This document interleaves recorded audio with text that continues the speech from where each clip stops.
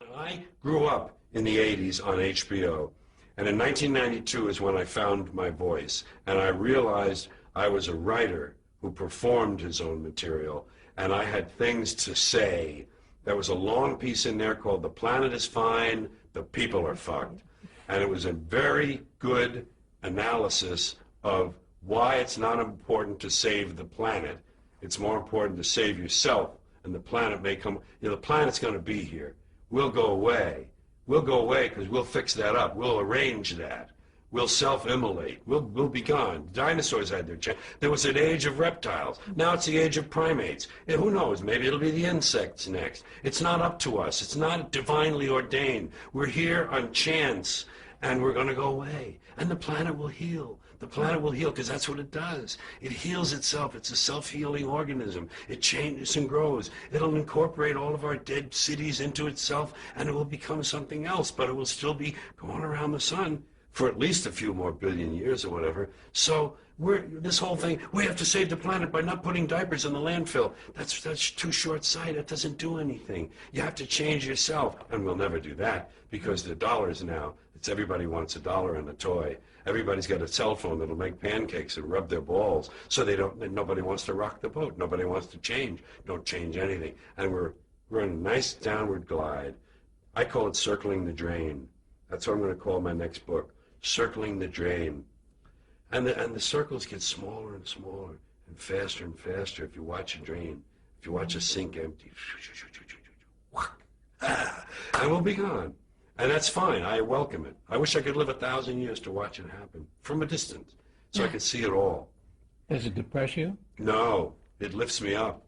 It lifts me up because I gave up on this stuff. I gave up on my species, and I gave up on my fellow Americans. I gave up on my countrymen because I think we squandered great gifts.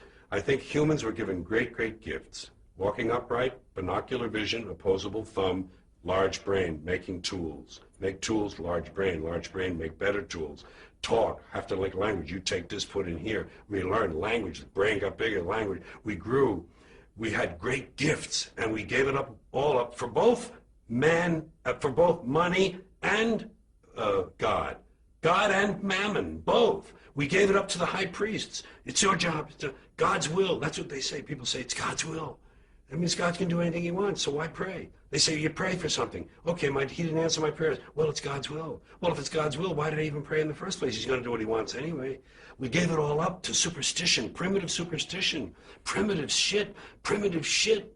With invisible man in the sky looking down, keeping track of what we do, make sure we don't do the wrong thing. If we do, he puts us in hell and we burn forever. That kind of shit is very limiting. It's very limiting for this brain we have. So we keep ourselves limited, and then we want a toy and a gizmo and gold, and we want shiny things, and we want something to plug in that'll make big things for us. And all that shit is nothing.